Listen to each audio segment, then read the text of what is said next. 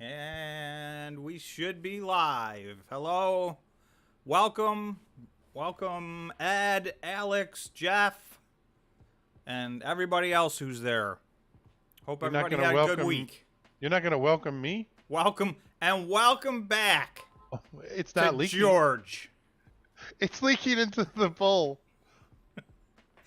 But George is almost back. Leaking into the...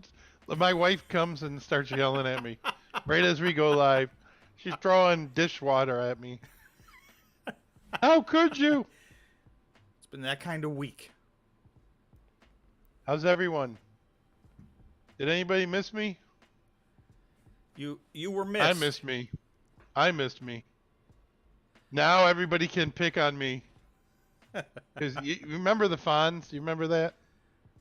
Everybody remembers the Fonz. Hey, Barry. Hey, Martin. I was woo woo. Hey, Malik. Woo, woo. I'm going to go out on a limb. I know what you're talking about, the episode where he wouldn't say it. I can't. I refuse to say it. I'm still on the sidelines, everyone. Oh, man. It worked. It almost was the day, that Friday, Tom. You remember? You started the rally. I started because I couldn't get in on that Friday because of the 30-day wash rule. That's exactly. So I had to wait 31 days. I thought I could do it on that Friday, and that was the Friday that everything took off. That was the day. Yeah. But instead you had to wait until Monday. That's crazy. Hey everyone, how's everybody doing? Hello, Soul Melon Gaming. George, you're in a full deal. You can read the chat now, true? Yes, I can say, hey, I don't everybody. have to read it to you anymore. The tax gamble. I know, the tax gamble. Oh, I hope I didn't miss out. JD. I did the tax gamble. But you know what? I'll take it. I'll still right now, man. I mean, I'll take it. You're still ahead, but it would have been nice to have both. And then today I was going to get into Bitfarms. And I was like, there's no way it's going high. I was getting in at 8% when it's up 8%. I'm like, come on. Who's going to pay $2 for Bitfarms? $2. I want my $2. But sure enough. Well, hopefully everybody is celebrating. Hey, Barry. Hey, Mark. Nice. Good to see. Everybody is celebrating but George. Yes, I am not celebrating. I'm like hitting my head against the wall. And you don't want to get in, because you think that tomorrow it's going down. It's always tomorrow. It's going down tomorrow. It's going down. I'll tell you what. what. Sure enough, it hasn't. I did not see today coming. No. Because if you look at the chart that I got on the screen, I don't know if you guys can see this. This orange bar, that's where we closed yesterday. Wow. So all we did is go way down overnight and come back up to where we closed yesterday. So today was a sum zero, and everything went off. So this was a beautiful thing. I got out of all of my August options today. That was just a lucky bonus round day for me. I had been averaging out, and today I got out of all of them. So here's my question, and I guess this will ask everybody. Does everybody think that maybe July was the bottom and that we're going to continue to go up? So I guess the answer would be yes, we're going up, or no, we're going to still go back down. Yeah, that's the question. That's the question. Yes or no? Yes or no? Yes, it's going up, and it's just going to continue to go up, even a small percentage. So or yes, no, it's going back down. Hey, Matthew. Hey, Victor. I think you can actually do like something like that. Like there's like a little, like, I don't know, content, what is it called? Like a little form you could fill out and put here, but we don't know how to do that. If I knew how to do that, I would do it.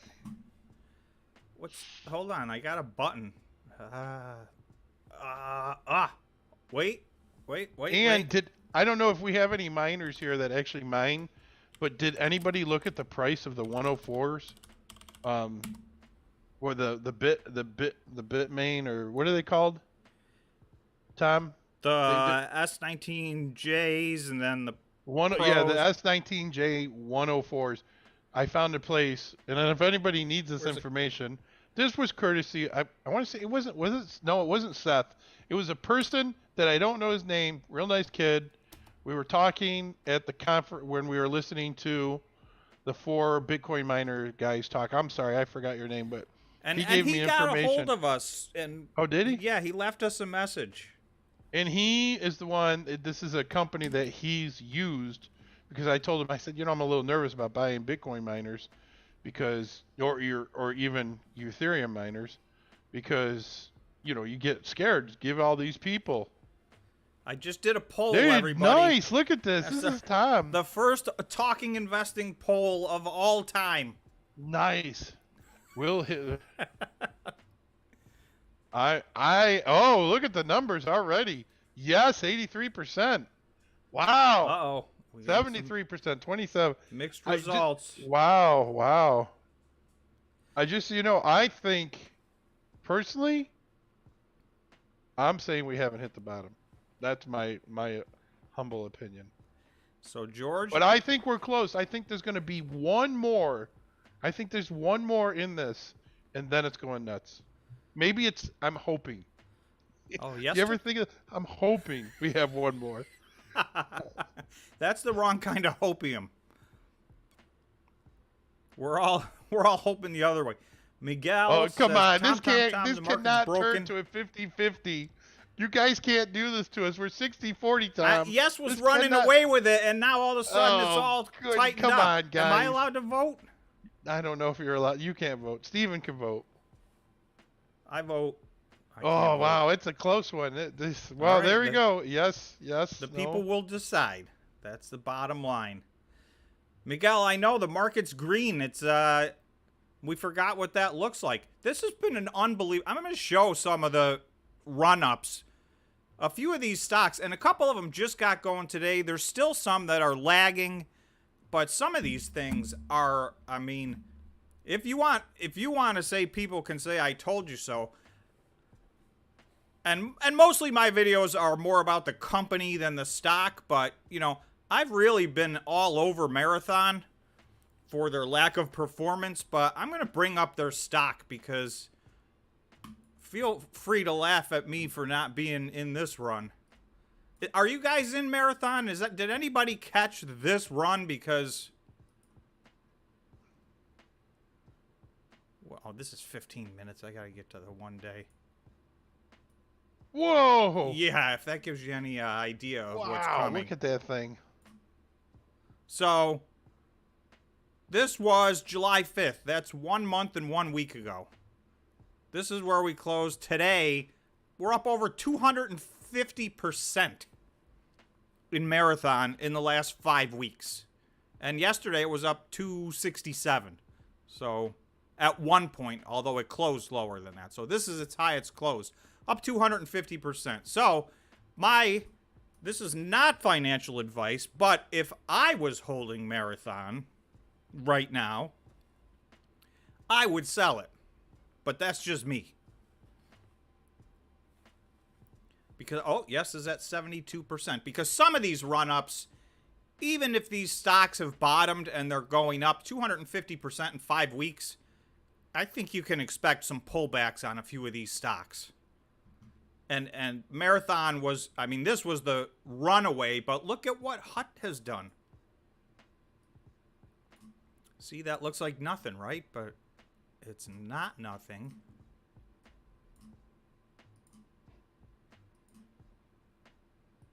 Hut's up 183%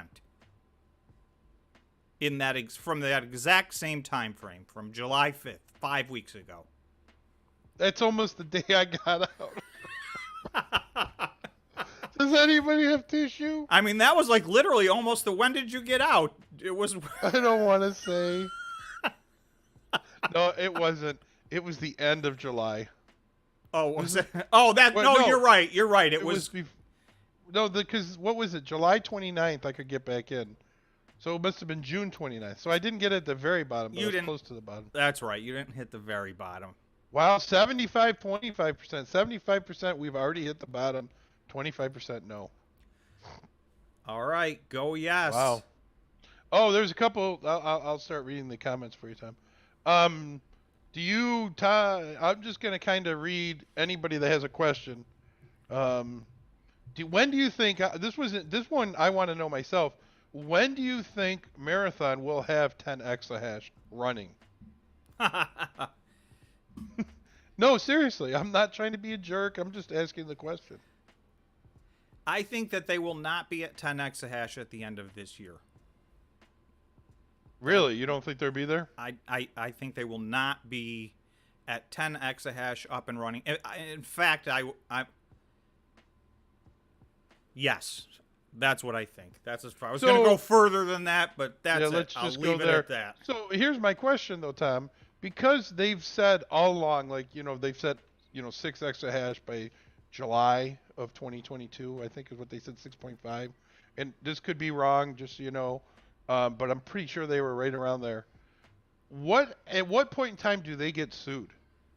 I mean, you got to start looking at lawsuits at this point in time, right? I don't know that anybody can sue them. You buy and sell stocks at your own risk, and they have a paper trail of why they're not where they said they were going to be. Even if we want to say it's a lame series of excuses, they do have a paper trail that says, XYZ happened, and if that didn't happen, we would have been, because they got the machines. I mean, but that's the part that makes me sick, and that's why I can't hold their stock. They've got, I don't know, they're not even releasing the number anymore. They could have anywhere from 75,000 to 100,000 machines not plugged in right now. That's insane. It's mind-boggling. So, okay, so for an example, I don't think, isn't there some type of fiduciary responsibility that they took and changed the metrics of their electric because they were not quote unquote green? And they You're saying because they shut the Hardin facility down to move over. You knew the name of it. I didn't even know the name. I know that they're going to also say, and yeah, feel free, you guys, to jump in on this. I think what they'll say is, listen, there was a huge storm, and that facility got ruined, so rather than we were leaving anyway, so rather than fix it, we just shut it down. I don't believe that. They said there's a storm that ruined their house. I don't know who's getting all these storms. I mean, I live in a place that gets hurricanes, and we don't ever have a situation like these people all over the place are describing. So I'm not sure what type of storm they got. Here, I think this is a general question for miners, Tom.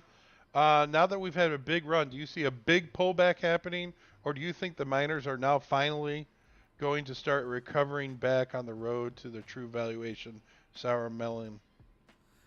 I think that I feel like even more so than feeling like Bitcoin has bottomed, I feel like the miners have truly bottomed.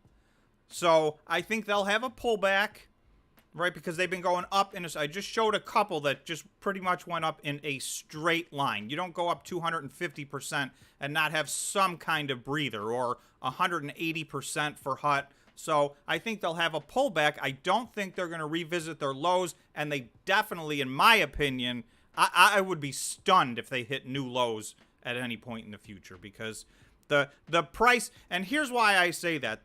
I go back to the Fear and Greed Index, which is only 4.5 years old, but we had more days under 10 on the Fear and Greed Index in 1 month than we have had in the other 4.5 years that it existed, and it was 10 times as many. This was, and it was extreme. We had 5s and 6s. Bitcoin's never seen this level of extreme fear when these Bitcoin miners hit their bottom. At the same time that was happening, the stock market was bottoming out, and all of the small cap high growth stocks, Alex earlier mentioned a few that are on the recovery. All the small cap high growth stocks got decimated. This is the first time I've ever seen a market where it's not at all unusual to come across a stock down 90%. A stock that you like, that you believe in, that you own. I had several in my portfolio down 90% at the bottom.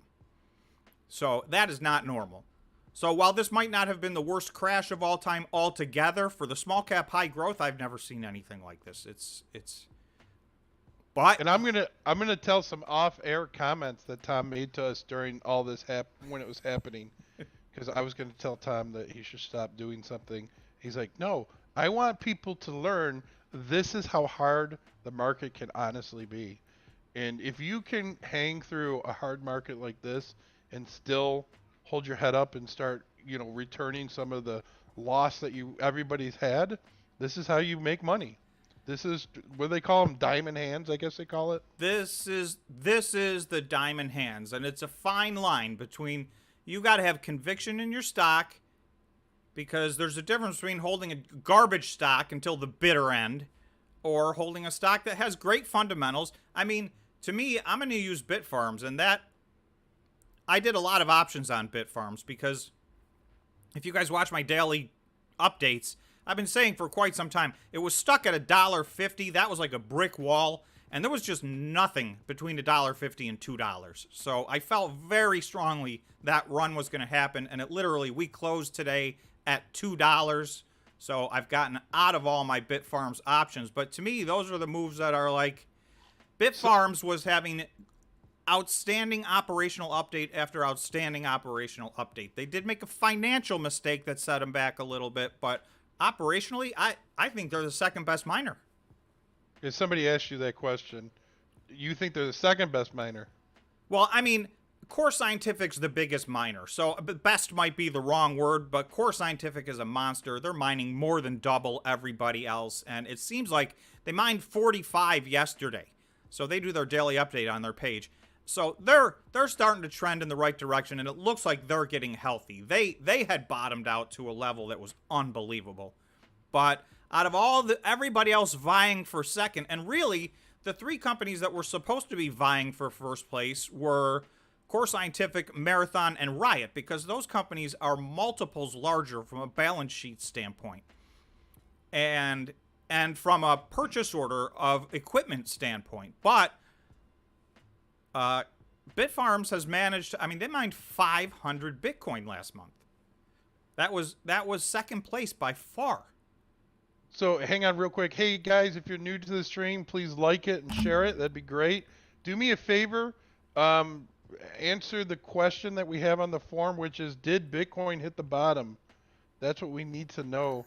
And guess what? It's the 80-20 rule, Tom. Oh, here it worked its way all the way back to 80. 80-20. And I always say everything's the 80-20 rule, don't I? Yes. I always say everything's the 80-20 rule. Tom is a nut in Bitcoin miners. He's just in love with Bitcoin. He believes it's the only true mechanism to really in cryptocurrency.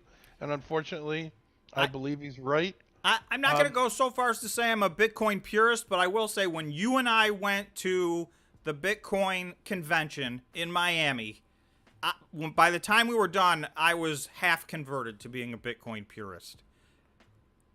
And it was funny. We met a whale, a fellow whale. I'll say a fellow whale. And he showed us, and I wonder if he got it out. He had an institutional buying and selling like a Forex, right? Wouldn't that be like a Forex?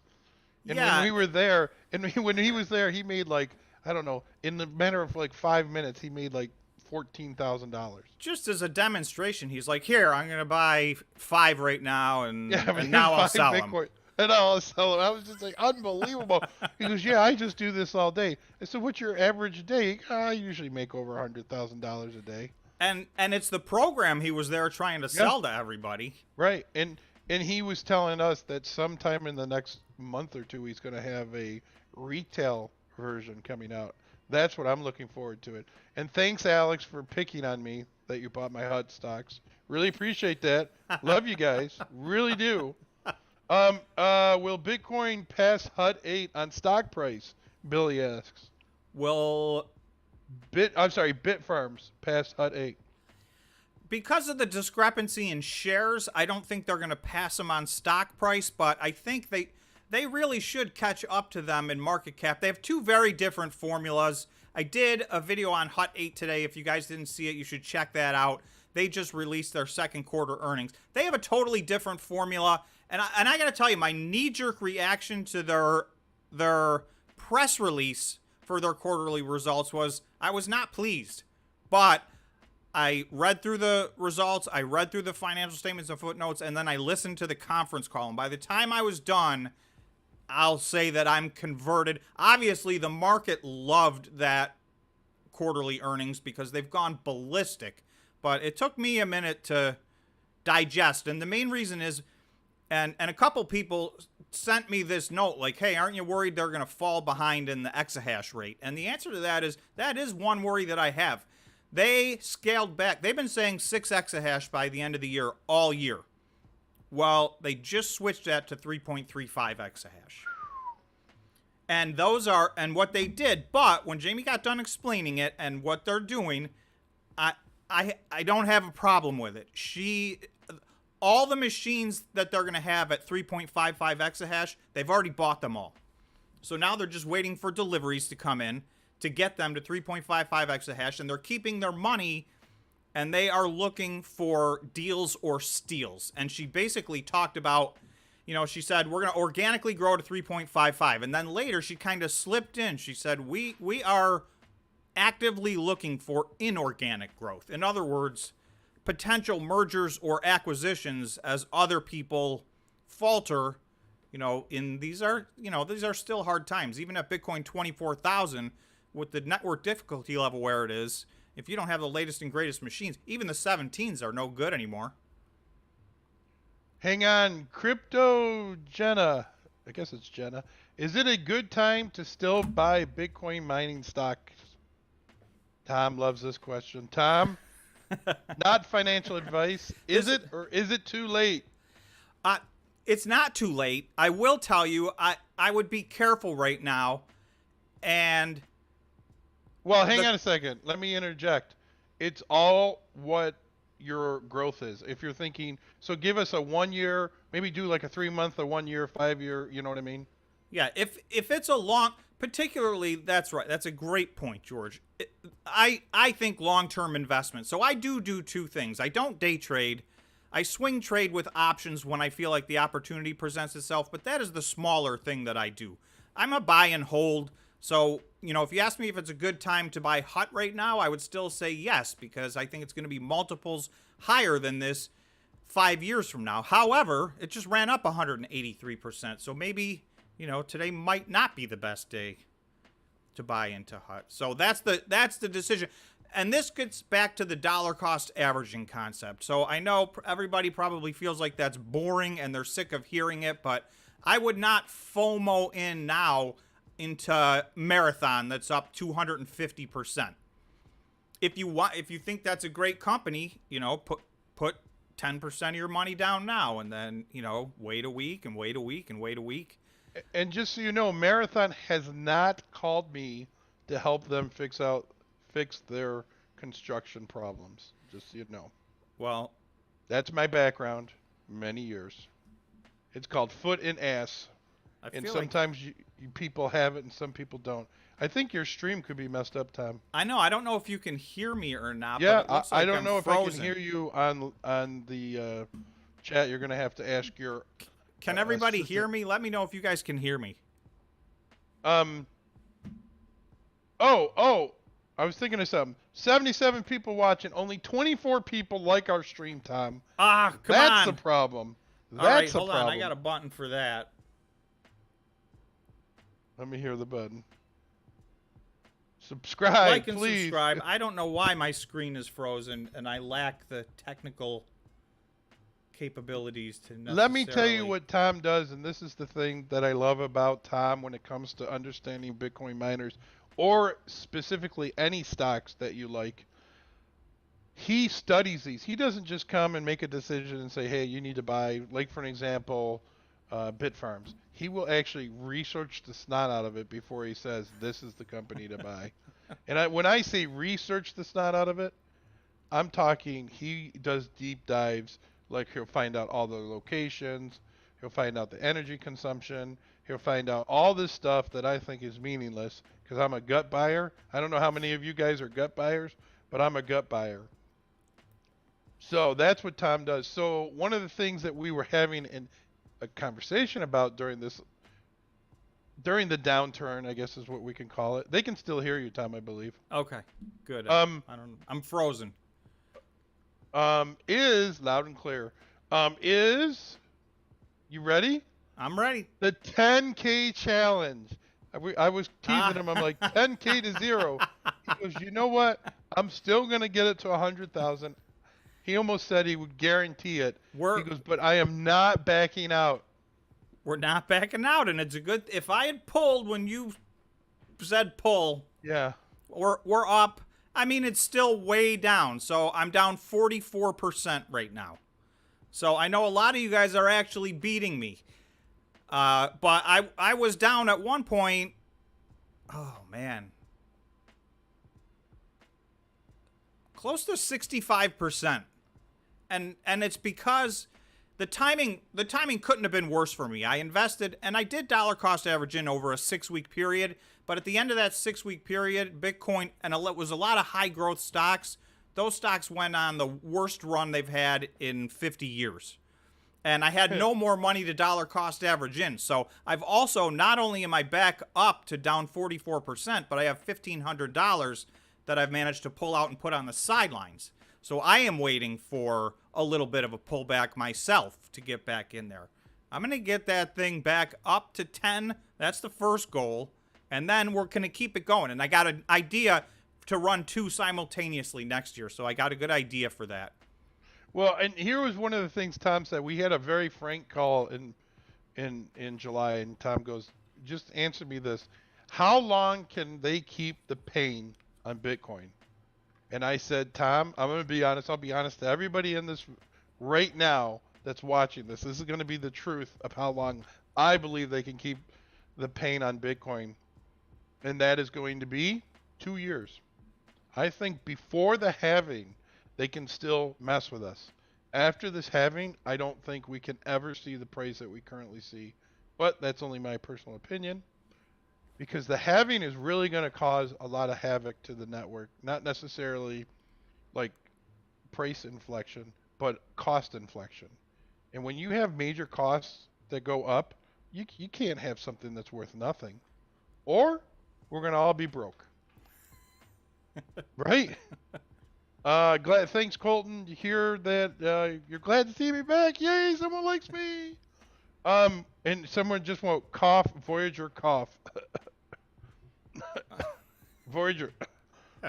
There's still a lot of crazy things that could happen out there in crypto land, but I don't think that affects Bitcoin personally. Could be wrong. I've been wrong once. Tom, didn't you read the core earning report yesterday?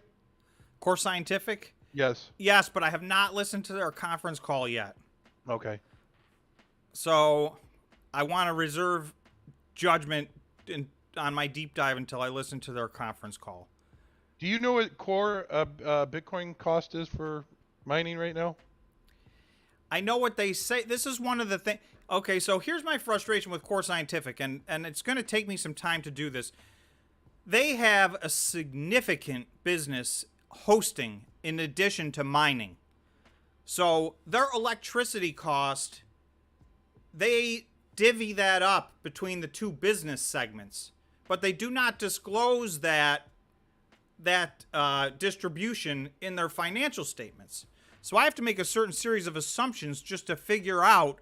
So in other words, because here's the thing, their hosting lost money. So do they have a good gross profit margin mining Bitcoin because they're just throwing all the cost into hosting and saying, oh, well, you know, we lost a bunch of money hosting, but we're killing it mining Bitcoin. So to me, they need to do more disclosure than they're doing.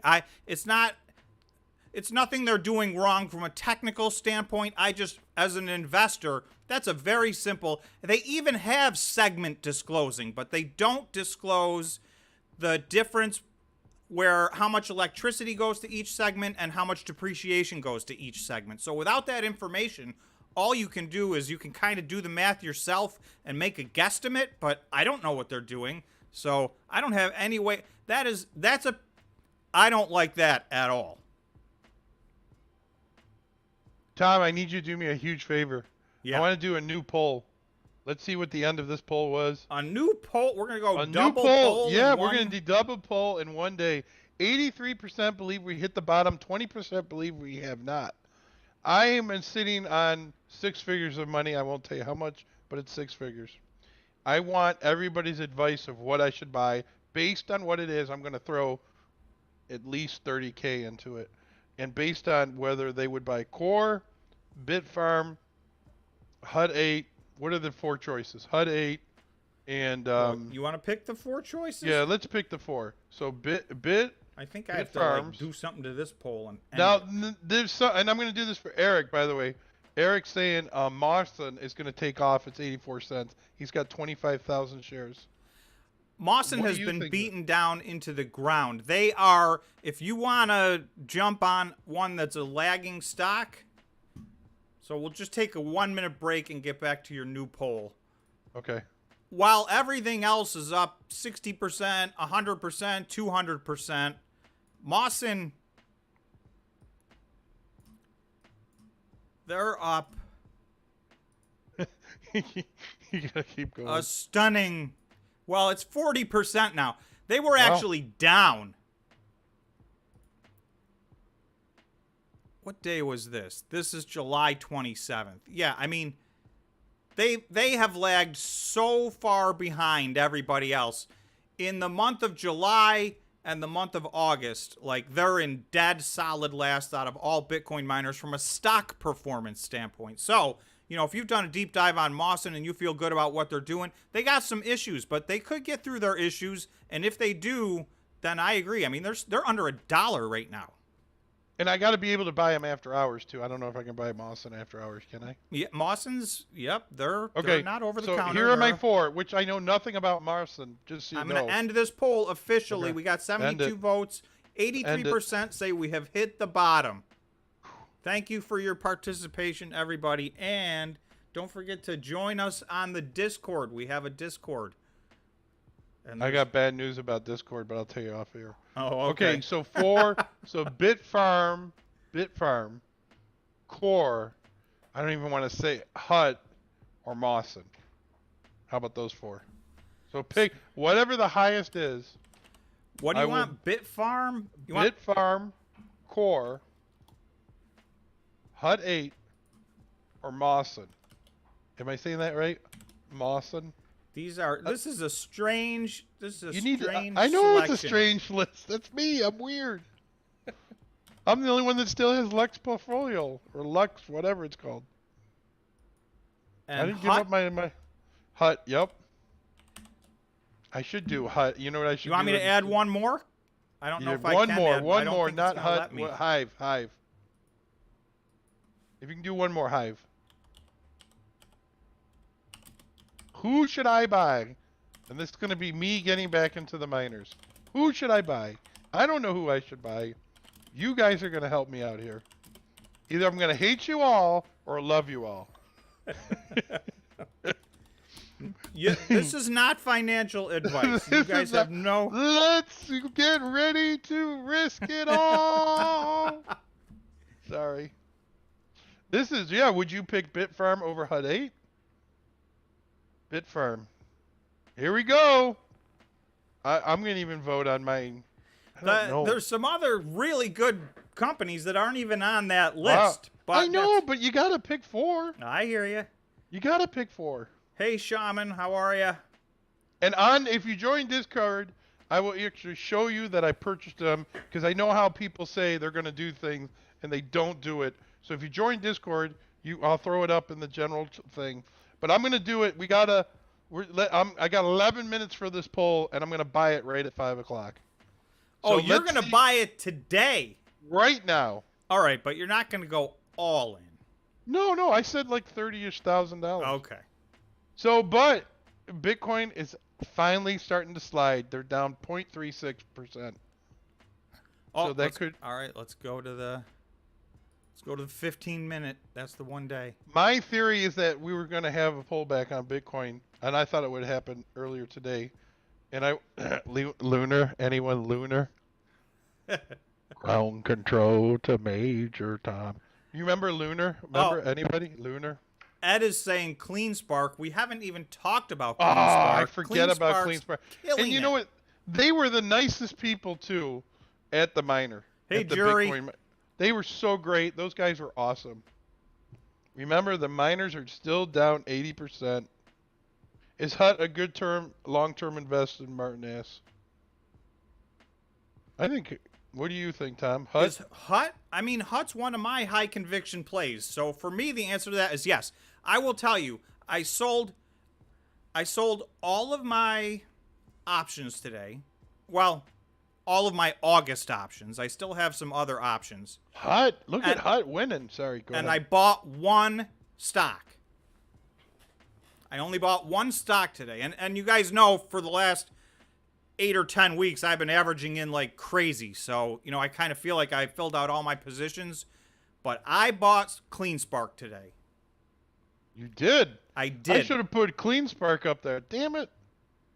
But that's okay. I can still buy that. Whoa, Tom, you got up to... Whoa, I won't say it if you're going to do an update on the 10K challenge. Holy smokes. Wow, that's awesome, dude. See, it all comes Never back thought around. I'd be happy to see... I won't say it. It'll be back. It'll all be got back. Down, this thing got down to... What was it? Just like 3,200, 3,300? Somewhere under $3,500. Yeah, So we haven't quite doubled it yet, but Dude, we've made a lot of progress. Hut, nobody picked Mawson, by the way. Uh-oh. Nobody. Hut. Hit my microphone. Hut seems to be winning. If you haven't liked the stream, please do so. And if you don't like it, don't watch. Sorry. I'm sorry I have a still face. My tech is out of the building, so... If that's probably the best you've looked. Careful, George. Bitcoin EE before open Monday. Uh-oh. Is that true, Tom? Monday comes. But do you think... Oh, what's your number one miner right now, Tom? And of course, that's going to be for stock growth. How about that? Right. So that's for this, if you were to ask me what would I invest in right now for the next month, right now I think CleanSpark has the most room to run. Really? Okay. So that is not, and again, I love Hut, but they're up 180%. So I already bought my Hut. You know what I mean? So for me, CleanSpark is the one that has the most upside. I know, I just don't have I don't remember who mentioned Mawson, and that could end up being the big winner. I'll also tell you, stock ticker IREN, they were down today. They were down all day. I have no idea why they were down. They're about to gear up in a big way. By the end of, I think they said by the end of August, they're going to double their exahash and then pretty much double it again. So I'll believe it when I see it, but if they do all of that, then that's going to be a good one too. But right now, I won't say CleanSpark's my highest conviction. It's my short term, I think, that has the most upside. And I'll still say, Bitfarms having run to $2, in my opinion, Bitfarms is still way oversold. So I'm gonna go to the Bitfarms chart and see what they've done, because Bitfarms at $2 to me is still ridiculous. But let's see what kind of run up they've had. Hut is winning, just so you know. So Bitfarms has had a 92% run up, which sounds awesome, but that's half of what Hut did, to put it in perspective. So, I mean, there's still, in my opinion, the ones that have room to run, in my opinion, are Bitfarms, CleanSpark. Those are the two that jump into my head. There's a lot of other ones that may go up, but something, I mean, like, I'll tell you, personally, I started my Riot position very near the bottom, so this was a great one for me. I've had other ones that were not great, so believe me. But Riot... You got to give us your top 3 miners. I bet you I know them. And the top 3 safest miners, meaning they're not going to go out of business if we have another downturn. Stay 15,000 to 20,000. My safest miners, number 1 is Hut. Number 1 is Hut. Their balance sheet is super strong. They have not sold a Bitcoin yet, and they really, I don't think they will sell one until Bitcoin is back to somewhere at least 60,000, if not 100,000. So I would go HUT, and this doesn't mean they're going to have the most growth. You're just saying which are the three safest bets, in my personal opinion, not financial advice. That would be HUT. Then I would say Riot. Now I'm on Riot's chart right now, so if you look at the screen, Riot is up 150%, all from July 5th. So it's all from this same day. That's basically when they all hit their low. Safe. Hang on, somebody said they exited out of the game today. Shemaine. They bailed and took their money and run? Hey, I mean, that's not necessarily a bad thing. Did you do it up or down, or just doing some tax incentive like I did? Tech support Kirby gave you an idea. Unplug your camera and plug it back in. Unplug my camera. And plug it back in. You know, the USB port. Have you tried turning it off and turning it back on again? Sure, it's only a few weeks ago George was asking Tom if Bitfarms would ever go under $2. Yeah, it's crazy when you think about it. Earning for Bitfarms next week, it will explode if Bitcoin gets to 28K. HUT is winning. HUT is winning. HUT is the winner. HUT is winning because CleanSpark wasn't a choice. Yeah, I agree with that. I should have thought of CleanSpark, but I didn't. Can you explain more on Mawson? I don't know, but somebody in the chat wrote down that Mawson was going to take off. I mean, it's your money. You reserve the right to... Oh, you mean trumpet? Yeah, oh, wait, veto and go... Wait, whoa, that's probably should not use that word. Oh, yeah, that's not in a non-political manner. We didn't mean that. I won't say the next word either. Can you explain more about any debt? Do you like Mawson, or you had some issues with him, didn't you? I do have some issues. I mean, they're not my issues. Mawson has some cash flow issues. If they make it through, you know, then there could be huge upside. And to me, they're a lot more dependent on what Bitcoin does. Because if Bitcoin, you know, doesn't rally, they may not have the cash to get where they're going, in my opinion. When do you think that BlackRock offering Bitcoin to their financial institutions, I guess, or whatever they manage, when do you think that's going to really start to impact the price of Bitcoin? I feel like with BlackRock, and I mean, they could change... They're crafty ones, but I think supposedly. Well, I won't say that on the air. Never mind. I think it's already starting to have a little impact, but that news dropped, in my opinion, very quietly compared to what it means to the overall, you know, market. Because remember, that's your buddy, Larry, who wrote the BlackRock ESG. You know, we're going to focus on ESG from now on. So now he had to backtrack and basically said, yeah, you know, Bitcoin's going to be green. We're getting more transparency, good things ahead. You know, when it was... So you're almost saying he was an opportunist. Sounds like some other people we know out there that are billionaires. Is it possible that he participated in some FUD? FUD? Kevin O'Leary? Could be. Bitfarms is 100% hydropower. Thank you, Niagara Falls. Yeah. And that's one of the things I love about Bitfarms. Now, in Argentina, I think it is, they're going to be natural gas. But they haven't even started that yet, and they clearly have put that on hold. I'm guessing the price of natural gas has changed a lot. So. Last minute to vote. If you guys are going to vote, see which stock I should buy. Bitfarm, Core, Mawson, or HUT. HUT is winning. I mean, HUT is just blowing it away. It's dominating? Dominating. Domination. Why do you like CleanSpark so much, by the way? Who, me? Yeah, why do you somebody asked that question. CleanSpark is another one that does exactly. They put out monthly operational reports, and they're fairly brief, but they do what they say they're going to do. And that's what I like to see.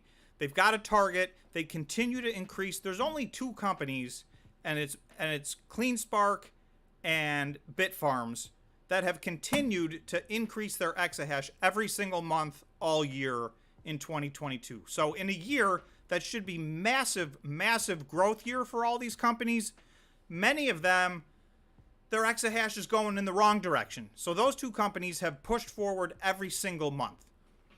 Hut 8 had a couple where they stayed the same, but they've been crawling forward, but not like Bitfarms and CleanSpark. And CleanSpark's been very opportunistic. They've gotten a bunch of machines. They got a bunch of machines where they bought them. They were already plugged in. They were the latest and greatest, and they were plugged in, and they were running. So they got, they bought those at they would not disclose the price, but they said a steep discount, and bam, those are up and running. So CleanSpark had their all-time record. I don't quote me on this, but I think they did 384 Bitcoin this month, and that was their all-time record. And Bitfarms did 500, which was their all-time record. So those are the companies I like to see. They're increasing their exahash. They're efficient. They're now Bitfarms cost. I'm still digging into CleanSpark. Bitfarms cost. Am I thinking of the right company? I don't want to say the wrong thing. No, I'm sorry. CleanSpark. They have reduced their cost per coin. So in the middle of all of this, while they're generating a lot more coins, because they have released their financial statements, so I went through that one, and they reduced their cost per coin. So, and they sell their coins as they get them. So they've been averaging effectively, as Bitcoin's been crashing, they've averaged out of Bitcoin. And there's two other things that companies have done. There's two companies that have held all their Bitcoin, and that is Hut 8 and Marathon. And there are several companies that were forced to sell a portion or 60, 70, 80, 90% of their Bitcoin at the bottom. So, compared to those companies, CleanSpark has a consistent revenue stream, and they've been averaging out and versus holding them all and selling them all at the bottom. So I like everything they're doing. They have a strong balance sheet. It's not as big of a balance sheet as, say, Hut 8 or Marathon or Riot, but it's a very strong balance sheet. They're low on debt. I mean, I just like that company. I like everything they're doing. Yeah, you've always been a CleanSpark. And we were fortunate to meet all those guys at the conference, and they're just sharp. They know what they're doing. Yeah, they had a good presentation. Unlike Compass Mining. Compass Mining, just so you guys know, I actually went up to him and started talking to him. And I'm like, dude, I get the EBGBs from you guys. They're like, excuse me? I'm like, never mind. And then bam, what was it, 2 months later? 2 or 3 months later, you mean we have to pay the electric bill? It's not free? Whoa, no one told me that. And that's actually caused havoc for them. I can't believe they're still operating. I mean, you want to talk about a Ponzi scheme? That's a Ponzi scheme. I mean, in my humble opinion. And if you have a situation where you have a problem paying bills, I would be very careful if your guys are going to use that. I used to have a miner at my... Tell me about it, Weston, and it was a nightmare, see? That's crazy. So somebody asked, would you get out of Marathon and get into Hut? If you had to make that choice right now, today. These are short-term... Well, the first choice, if I can go back in time and get into Marathon a month and a half ago, then, right. Then yes, I would get out right now. Because, okay. Somebody else just asked... jokingly, I'm sure Ed said, is Mara really still even technically a miner? Don't you have to actually mine Bitcoin to be a Bitcoin miner? and that's how far wrong they've gone. They mined 72 Bitcoin last month. I mean... I'm just, as I shake my head here, I mean, think about this, guys. Having their own pool. They had to shut down their own pool when they could have went and recruited people and gave them a better deal. Oh, I mean, think of how. What do you got to be an imbecile? Sorry. We can't talk about it because it just frustrates me. There's so many things you could do to help. Seth is saying he's company. not on board with Marathon. Hey, I'm Seth. personally not a. I know it's just sad to see this, to see what these guys are thinking, and to know that they're not coming out with any type of forward movement quickly. I mean, it's all, to me, it's too much of a risk because I will tell you, they could have the last laugh. If March 31st, 2023, they're at 23 exahash and they're mining 115 Bitcoin per exahash, then all their shareholders are going to be laughing at. I'll be glad if they're laughing at me. And listen, I hope they do that. I don't have ill will towards Marathon. It's actually the first Bitcoin mining stock I ever bought. What I have is an immense amount of frustration with what they said they were going to do versus what they're doing. And at some point, I do feel, while they're not lying, they're being a little bit dodgy and misleading, in my opinion, in their monthly reports. You really gotta read between the lines and see what's going on, because I did that and went back and read their reports, and I realized, oh, they hinted towards the fact that this could happen, but you know, it was a read between the lines situation. And I'm leaving in 8 minutes. aha. I'm leaving in 8 minutes, so I'm trying to remember, where was my money in what exchange? What? Oh, it's. Oh yeah. Okay. It's Don't say it on the Charles air. Schwab. Oh, No, I too can late. tell everybody where it is. I mean, that's okay. Hang on. The password. Wait. Don't forget to like and wait. subscribe, please, everybody. And thank you, everybody who's liked and subscribed and watched the videos this week. I didn't say I don't like Cleanspark. Somebody wrote that. I think it was somebody did real quick. I don't really know much about Cleanspark. I only know what Tom tells me. Like, I have never done any homework on any miners. So whatever I say is paraphrased from Tom.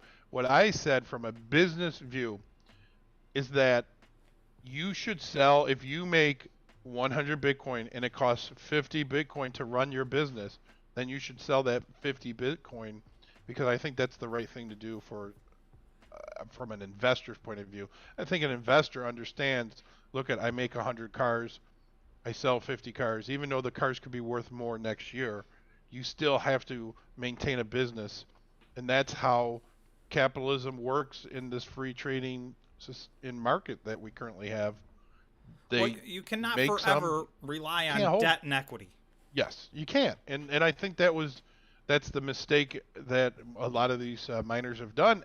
And I think pretty much all the big boys now are selling, and they said they're not going to hold their Bitcoin. They're going to sell for their operations to move forward. Okay, I'm going to the trade. I am buying HUT. All right, HUT is the big winner. The final results: HUT 55%, Bitfarms 33%, Core 12, Mawson 0. Cleanspark was not on the boards. Somebody just cast the last vote for HUT. It just went up a little bit. Oh, I hope somebody isn't playing me, by the way. I mean, I love HUT, but they were up 19% today. I know. I'm looking at this. I'm like, how can you guys say this? What do you think the earnings are going to show on Bitfarms on Monday? All these earnings reports, I'm looking for three things, and I've been very consistent, and I've been trying to go through them, one video per company. I am not looking at profitability, because here's the thing. We all know the price of Bitcoin crashed in this last quarter. So it's not about revenue. I am looking to see what was their cost per coin. And that's why, if you remember earlier in the stream, I was so frustrated at Core Scientific, because really, in the end, I have to use some guesses and estimating, because they just simply don't disclose the information. So that's frustrating to me. I'm not saying they are not disclosing information that they need to disclose. It's just not enough for me to do what I want to do, which is calculate cost per Bitcoin. So I'm looking at the direct cost, not the depreciation. That's a non-cash item. So I'm looking at direct cost, and Bitfarms has historically been very low cost per Bitcoin. They've been the lowest. So I'm expecting that trend to continue. I'm looking for overhead to be managed properly. You know, in a time where Bitcoin was way down, we should not see gigantic overhead or increases in overhead. So that's the second thing. And then the third thing is I'm looking to make sure these companies have maintained enough liquidity to keep going. Because, you know, like I was saying with, and I'm not picking on Mawson, and, you know, they may end up being a big winner, but that's a company. Stronghold is a company I have deep concerns about from a liquidity standpoint. I know. Seth knows me. Seth knows me, bro. Full Moon. That's why I didn't buy much. I wimped out a little bit, guys. I'm not gonna lie. I can't do it right now. I can't. I just can't do it. Oh, I gotta leave here any minute. But somebody wrote about Ripple and XRP. Sorry, I got to get back on the camera. Somebody wrote about Ripple and XRP, and I forgot to tell you what Tom's been doing. Tom probably has maybe 200 hours invested in understanding the crypto market, specifically ETH. And the things that he has discovered, we are not going to put out on YouTube. You're going to have to pay money for it, because this is scary. There's a lot of scary things that are going to happen in crypto. And not talking about Bitcoin. But there's a lot we believe there's a lot of stuff that's going to happen in crypto that's going to be really, really scary.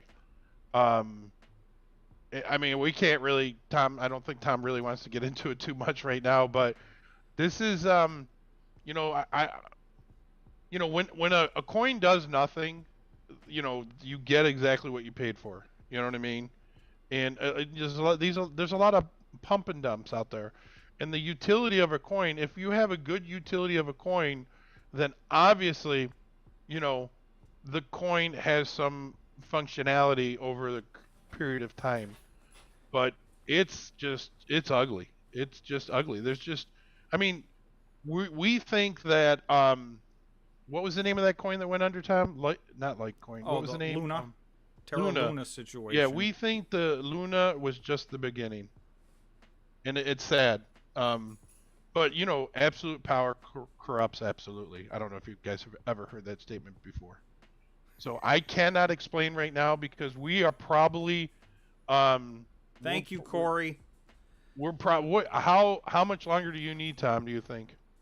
I mean, I will tell you guys, I'm starting to put a series out. I don't know if any of you care about Ethereum. Corey just asked, say more, and thanks for the super chat. I appreciate it. I'm putting a series out of videos on Ethereum. Like George said, I can't go all the way. I can't go all the way to the bottom until I know. There is so much conflicting information, and I have found out a lot of what people believe just is not true. And I'd really like to understand this merge is happening, and it's 100 times more complicated than everybody gives it credit for. So, and there's going to be multiple forks. In fact, Hut in their conference call talked about forking Ethereum and continuing proof of work. So, and we all know how Frank at Hive feels. So there's a lot of stuff coming, and it's, to me, it's scary. I want to get to the bottom of it. I read the entire white paper from start to finish. I am not a programmer. There's minimal amounts of programming in there, so I think I got the gist of it, but I want to read it again. And some of what people keep saying, oh, well, this is all according to the white paper. Well, no, it's not. It's not at all. So I got to go, Tom. I hate to be rude. I love you guys. George, thanks. Welcome back. we're trying to protect everybody from losing money. That's our goal. So, see you guys. Peace. All right, I just switched to my screen, but it's frozen anyway, so I apologize that I'm frozen, everybody. I'm gonna put more information out. I don't know, are any of you guys ETH people? Are you following ETH? Do you care about Ethereum? Do you...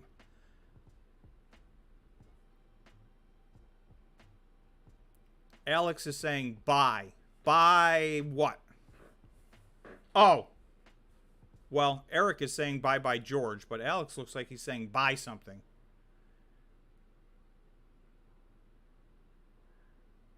So anyway, I don't want to obsess too much on Ethereum, especially if nobody cares about it, but I'm personally just trying to understand this because it affects Hive significantly.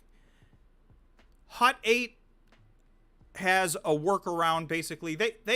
It's a much smaller part of Hut 8's business, and their high computing...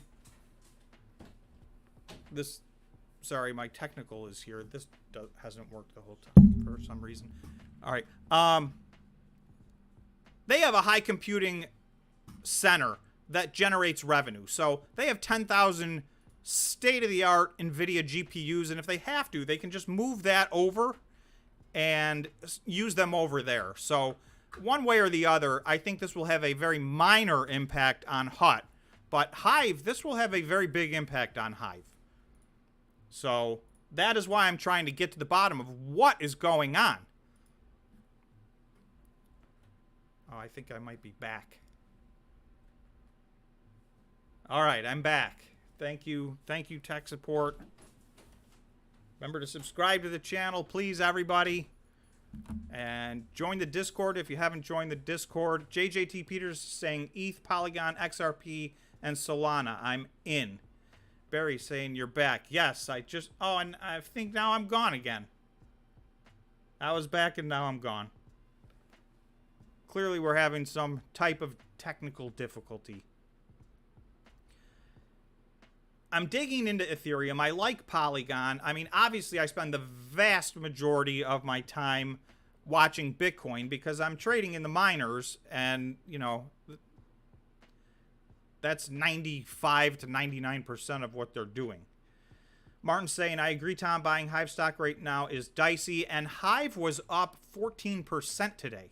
And Hive, I'm going to show their chart. They've had a run. I'm considering... I know I say I'm buy and hold forever, but I'm considering... the more I learn about Ethereum, I'm a little bit nervous about my Hive. But I don't want to create... This is not financial advice. I don't want to create any fear, uncertainty, and doubt regarding Hive. I do. They're a very strong balance sheet and a lot of other positive things. But let me look at their chart. So yeah, I mean, they've had a nice run. Let's go from the middle of June until now. They're up 156%. So that's a month and a half, 156%. So, you know, and obviously this green candle right here is today. So today was huge. But they had a series of green candles, and, you know, this stock's been on fire. As have all the Bitcoin miners for the most part. But Hive's among the leaders. So that's what I'm trying to look at. This weekend I will update my chart so that if you guys want to watch my video this weekend, I've been putting out a chart that is comparing all the Bitcoin miners and showing from July 1st through today, so essentially all of July and whatever part of August we're through, how much each one of those companies is up. And the reason that I've been doing that is because of the fact that, you know, if something's up 250% or 180%, you know, I'm going to lean away from dollar cost averaging into that because it's made its run. And particularly I buy and sell options as well. So, you know, that's my shorter term stuff. But there's a massive discrepancy. I mean, these things range all the way from pretty close to break even in the last 5 or 6 weeks to up 250%. So it's worth knowing.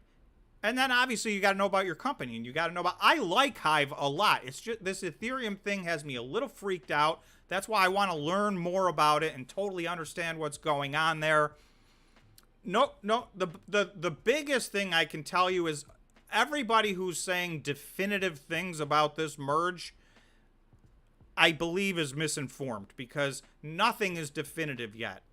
They were still having meetings yesterday on, you know, when they're gonna officially merge, and you know, and by the way, this is change number 1 of several more massive changes to Ethereum, which also is concerning to me. And you can look at them and say, well, they're all going to make Ethereum better. But the thing is, like, Bitcoin is what it is.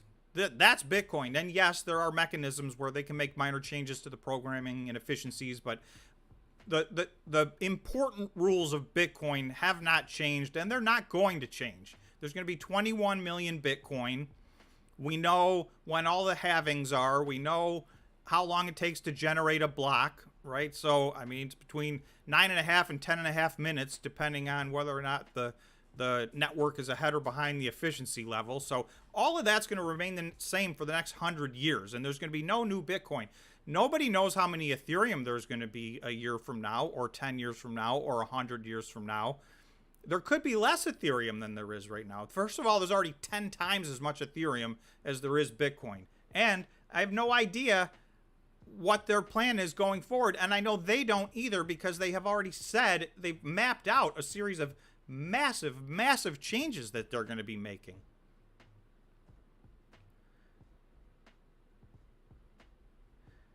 One hot meal is saying, are you worried about coin? I think I fell far enough behind that conversation. I don't know what you're talking. Do you think the merge will be positive for Bitcoin if successful, short and long term? I truly think that, I think the merge is going to happen. I think it's going to be successful. I am not predicting like the downfall of Ethereum, and that the merges, they're not gonna go until they're already 100% sure that it's going to. So operationally, it's going to work smooth. The question is, what's the price impact going to be on Ethereum, and what are the changes going forward? Because, you know, they talk a lot about how, well, the merge is going to help Ethereum, you know, transact a lot faster. Well, that's not true. I mean, it's just verifiably not true at all. So they have plans to do other changes, and that's going to make the chain go faster. But, you know, those are the kind of things I'm looking at. Like, I want to know what's really going on, because there's a lot of things that are almost universally being said out there as truths that are not really truths. And also, I would love to know if somebody can show me in writing the actual answer, who actually authorized this. Because there was a big myth that, well, you know, it's in the white paper that it was always going to be proof of stake. Well, that is false. So I don't know who's the guy behind the curtain. It is not as transparent as it is with Bitcoin. And it seems to me there's a group of developers that have a disproportionate amount of power over what happens to Ethereum. And that is the exact opposite of DeFi. I mean, the whole point of this thing is that it's not controlled by a small group. So I'm railing against this more than I should, because I am not done learning. So I will admit that. I've got to keep doing more research. So Vern is saying the question you need to ask yourself, where will Bitcoin be 6 months or a year from now? So yeah, I mean, that's right. And I don't think the merge is going to have an effect on Bitcoin really in any meaningful way in the short term or the long term. I think so again, I'm not predicting the downfall of Ethereum. I think they'll work all of that out, and there's a lot more changes to come. But I do think there's going to be several hard forks. We already know one person has already done one. We already know another person intends to do one. And now we just had Hut 8 on the call talking about a hard fork. So, you know, there could be as many hard forks as they want. They could make 10 new tokens out of this if they want to. So a lot of those will fail in all likelihood. And it's unlikely that any of those will approach, the main Ethereum is still going to be the main Ethereum. What happens to Ethereum Classic in this is a good question because, Frank at Hive is talking about mining Ethereum Classic. So he hasn't committed to that.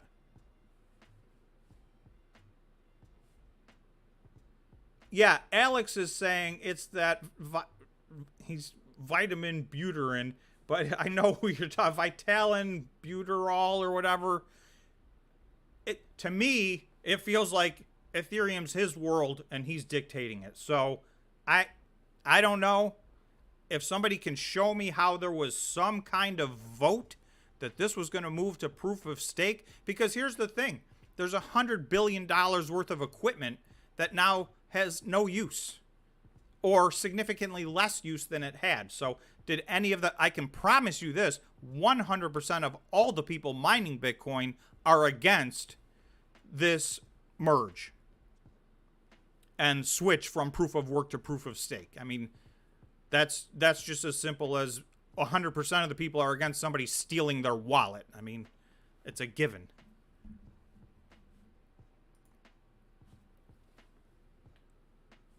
One Hot Meal is saying it's going to cause a bull market for crypto. I hope you're right. I mean, hey, Dan, thanks so much. I appreciate it. Dan said, I love your videos and gave super chat. I appreciate that a lot. Let's see. XRP will flip Ethereum, says Seth. Aha. So Seth is with George, and we all sat at a table and talked about this. So I know you guys are. I got to learn more about XRP as well. I got to get all the way up to speed on XRP. I got to finish digging into Ethereum because every time I answer a question, a new one pops up. And reading that white paper was very surprising to me because it was not what I thought it was going to be at all. So, Shaman saying bearish on Bitcoin in the short term and bullish in the long term. One Hot Meal is saying, will it, question mark. If you ask me the question again, somehow I missed your question, I will be glad to answer it. Will it cause a bull market for crypto? Oh, will it cause a bull market? Oh, I may have said that you said it will, but will it? I feel like it's not going to have a big impact one way or the other. I really do. I think it's going to be a sell the news situation like most things usually are. Hey, Garrett. Garrett says, nice move on Hut 8 today. Do you expect it to continue? I mean, Hut went wild today. I did not see that coming. Like I said, my knee-jerk reaction to their press release for their Q2 earnings was so-so. By the time I dug in and listened to the conference call and all that stuff, I feel very good about what they're doing. But the truth is, they're going to be at 3.35 exahash, not 6.0 exahash by the end of the year. And even though that might be the right thing for them to do, that does change things because there is an exahash rate. A lot of people have talked about, you got to keep up in the exahash rate. So I think that I believe they're planning on either buying machines or like they talked about on the conference call, some mergers and acquisition type stuff to inorganically grow their exahash. So I think they'll, that's one of my high conviction plays. And either which way, their balance sheet is great. So, that's one of the companies that I like. I don't like to buy stock on a day that the company's up 18 or 19 or 20%. But if you're dollar cost averaging, it is what it is. Dan says, hey, Tom, sold out of 80% of my Mara a couple days ago and redirected some into CleanSpark. If you had positions in Riot and Stronghold, would you be thinking about taking profits at the moment? I don't have any position in Stronghold. I'm not ready to take profits in Riot. Riot has had a very, very nice run. Not quite what Marathon did. So I think, in my personal opinion, I think you made a good move there, taking your profits. Sometimes you got to take profits, right? I say I'm a buy and hold, but I also do buy and sell options. So that's my way of taking profits. You know, if you're not doing that, sometimes when a stock is up 250%, nobody can fault you for taking profits. I mean, that's just common sense. It doesn't mean you have to sell everything and start over, but take some profits. Not financial advice. Do you watch stock more? One hot meal. I don't know what that means. But again, I will answer that if you let me know what that means. I mean, Stronghold, I don't have a high level of conviction in. Riot, I have a very high level of conviction in. So, you know, that's just me personally.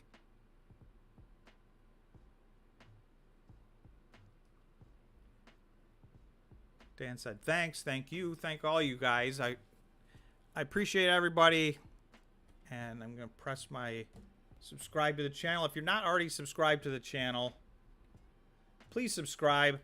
We just got over 10,000 subscribers, so we're trying to make some progress on that and grow. And come on over to the Discord because, you know, every once in a while it gets slow there, but some days it's like it takes me an hour just to catch up on what everybody's saying in there. So there's a lot of action going on.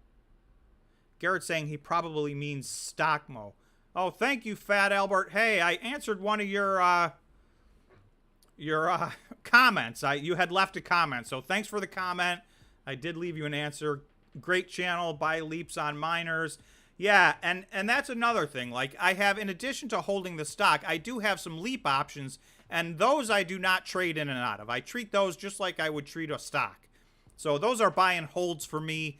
It's more short-term, 30-day, 60-day, 90-day, 120-day that I consider, you know, my short-term trades. And I don't necessarily recommend you do that unless you're knowledgeable with options and comfortable. I know a lot of you guys tell me what your strategies are, and a lot of people have made a lot of money, even on stocks that have gone down a lot by selling. You know, there was an 8-month window where if you were selling calls for 8 months, you made money nonstop. So, and now you still hold the stock and then it runs back up. So there's a lot of strategies out there. Thanks again, Fat Albert. Hey, listening in, I feel like the market is overlooking CleanSpark. So that's why I did say earlier in the chat, I said, I disclosed, I bought one stock today. I sold a bunch of options and I sold calls that I held. So I closed out my position in a bunch of options. But I did buy one stock today, and that stock was CleanSpark, because I do think it has not had its pop yet. And even though Bitfarms was up 15% today, I don't think Bitfarms has had its run yet. So I think there's a lot more to come. The hardest part right now, you know, there was about 4 or 5 weeks where the technicals on the 4-hour time frame and the 1-day time frame, everything was just working precisely according to the technicals, and that stopped about 7 or 8 days ago. So my conviction level is a little bit lower in the very short term. I will remain a long-term bull on Bitcoin. I don't think we're anywhere in the neighborhood of where we're going. But my conviction in the short term, obviously I'm holding all my stocks, but I did sell out of my short-term options because this has just been a great run, and it was time to take some profits. Kevin says parts unknown. Whoa, what city do you broadcast from? We're in Florida, so we got sunshine all day here, all year, except for about 1 hour every day when it rains like crazy. So, but I'm originally from upstate New York, not the city, for those of you from the city, as they call it. But enjoying Florida. Love it down here. Love the weather. And George goes back and forth to Georgia as well. As you guys probably know, he just came back. How long will the current positive sentiment carry on for, says Shaman? I mean, here's the thing. The other way that I've been looking at this is CPI data, that was a key moment in time. CPI came out on, was it Tuesday, Wednesday? I think it was Wednesday before trading opened. And that was better than expected. And that has been bad news for a long time now. So even though it's not a good number, it was better than expected. And I think it allowed this rally to keep going. There's no Fed meeting this month. So that's not a potential whammy to shut things down. So really, the next significant data point is next month's CPI, in my opinion. You know, we get the jobs numbers and some other little numbers, and those have tiny short-term effects. But the two things that have been absolutely driving all the markets, including the cryptocurrency, are the CPI data and the Fed. And the CPI data is driving it because of what people think the Fed is going to do in reaction to it. So, you know, the Fed having a month off, I think, gives all the markets a little time to run. And I'm also noticing it's not just the Bitcoin mining stocks that are running. Right now, a lot of the risk-on stocks that got totally destroyed are making a nice little comeback. Some of which I was starting to worry it might be too late for.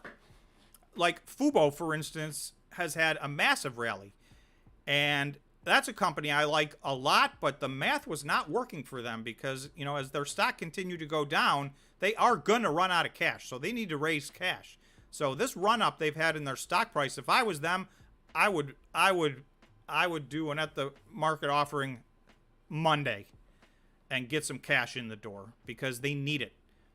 And you don't know how long this rally will last. So Skills is another one that that has rallied, and that really surprises me.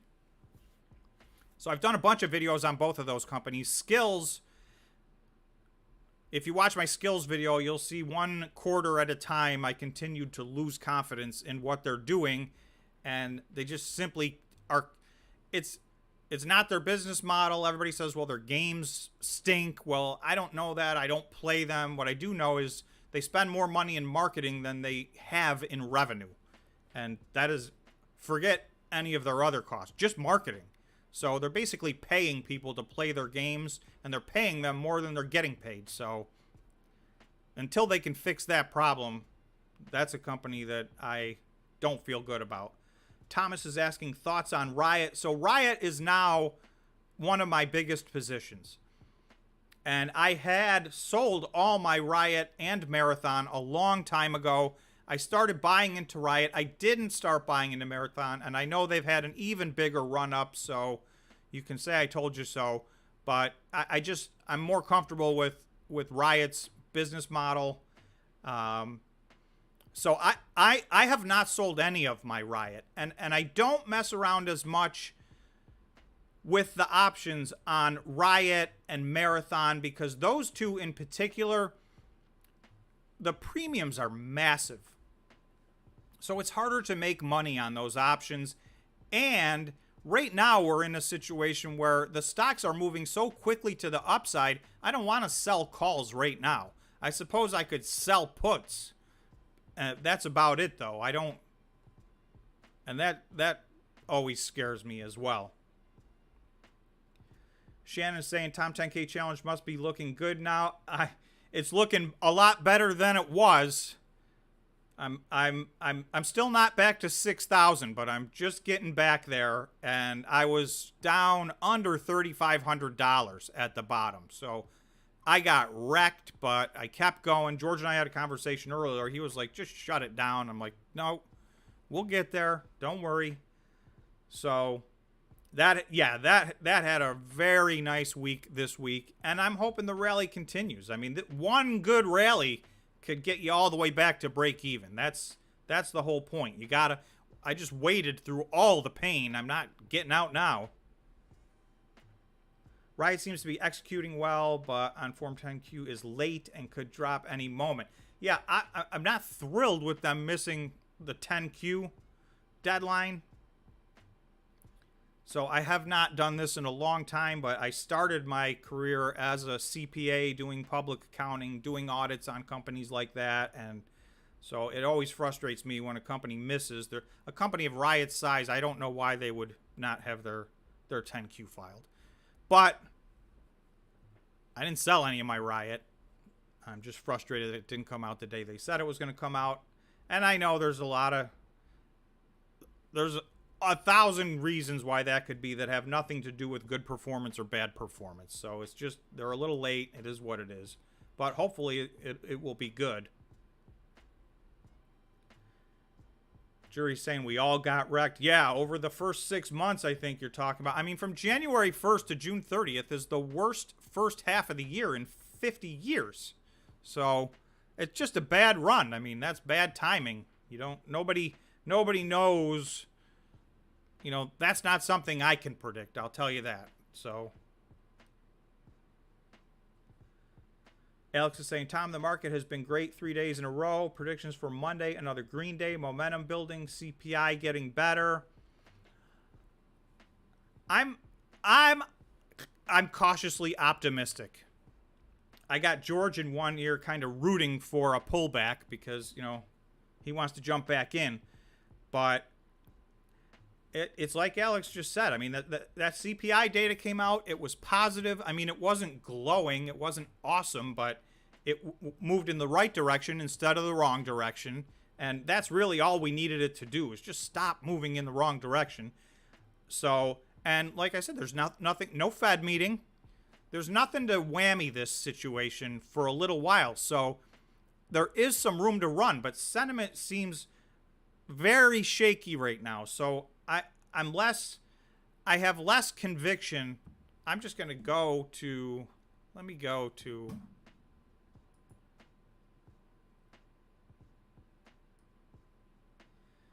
so this is one of the main charts I've been looking at. This is Bitcoin on the 1 day time frame. Obviously up here's a bunch of lines you can't really see, but what I'm looking at is the RSI.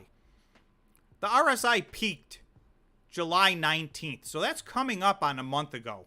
And I drew a line here. We have not gotten back to that since.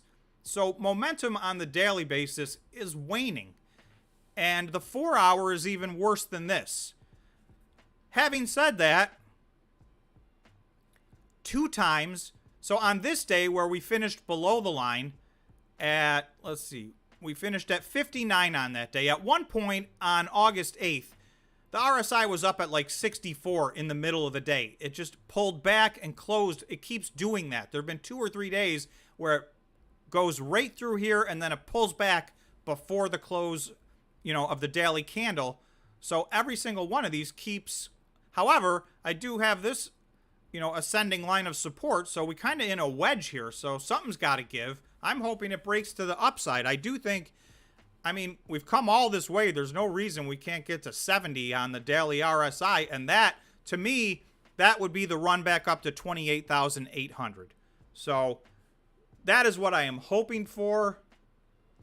One Hot Meal saying, believe in what you want. So you're right. I'm going to believe in that. Let's say we're going to keep rallying.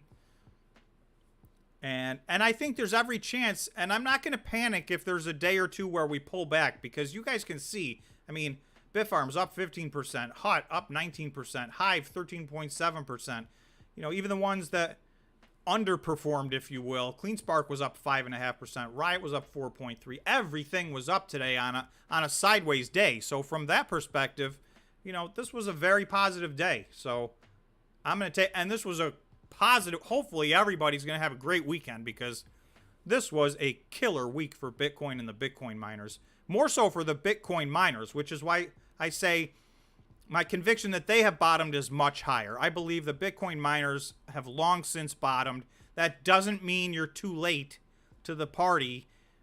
I don't see us taking out those previous lows. Things got down to a strange, everything was running to $1. It was Thunderdome. So, I think the panic has settled a little bit.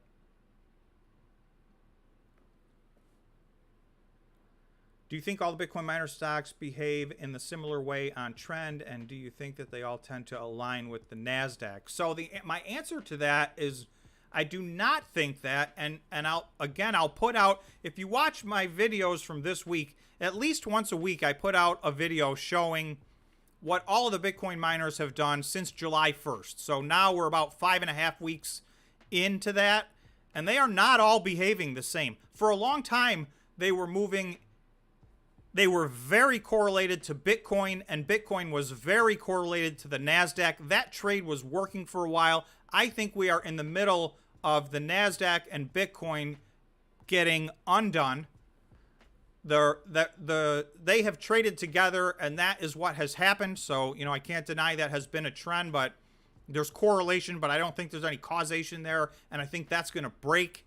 And I think the good Bitcoin miners are separating themselves in performance, and we're going to see some that run up a lot higher than others. And there's still, I mean, you know, we're all happy now because we've had some recovery, but some of these miners are not out of the woods yet.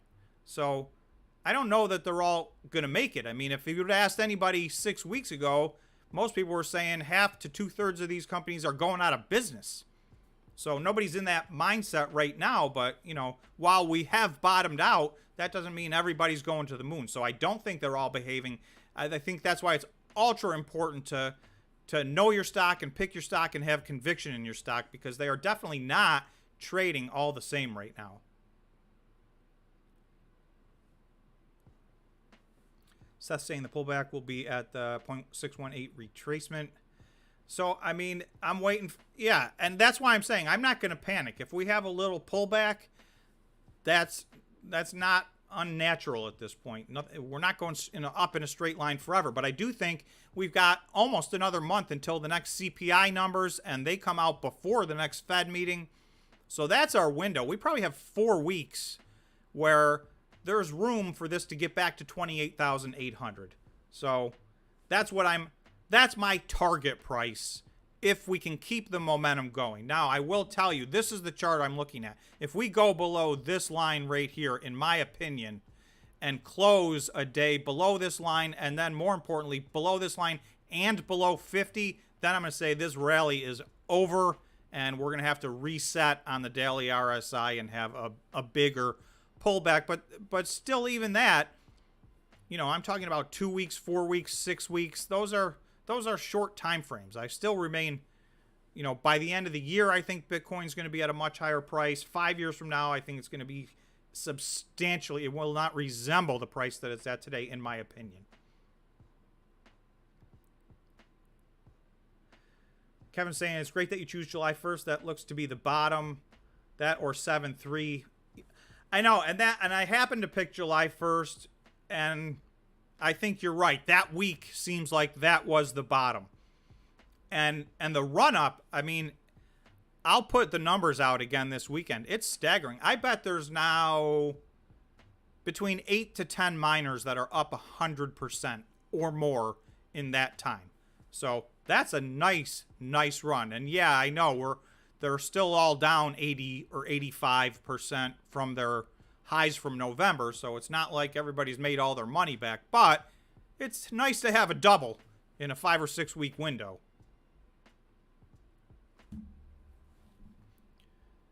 All right, I think I got to call it.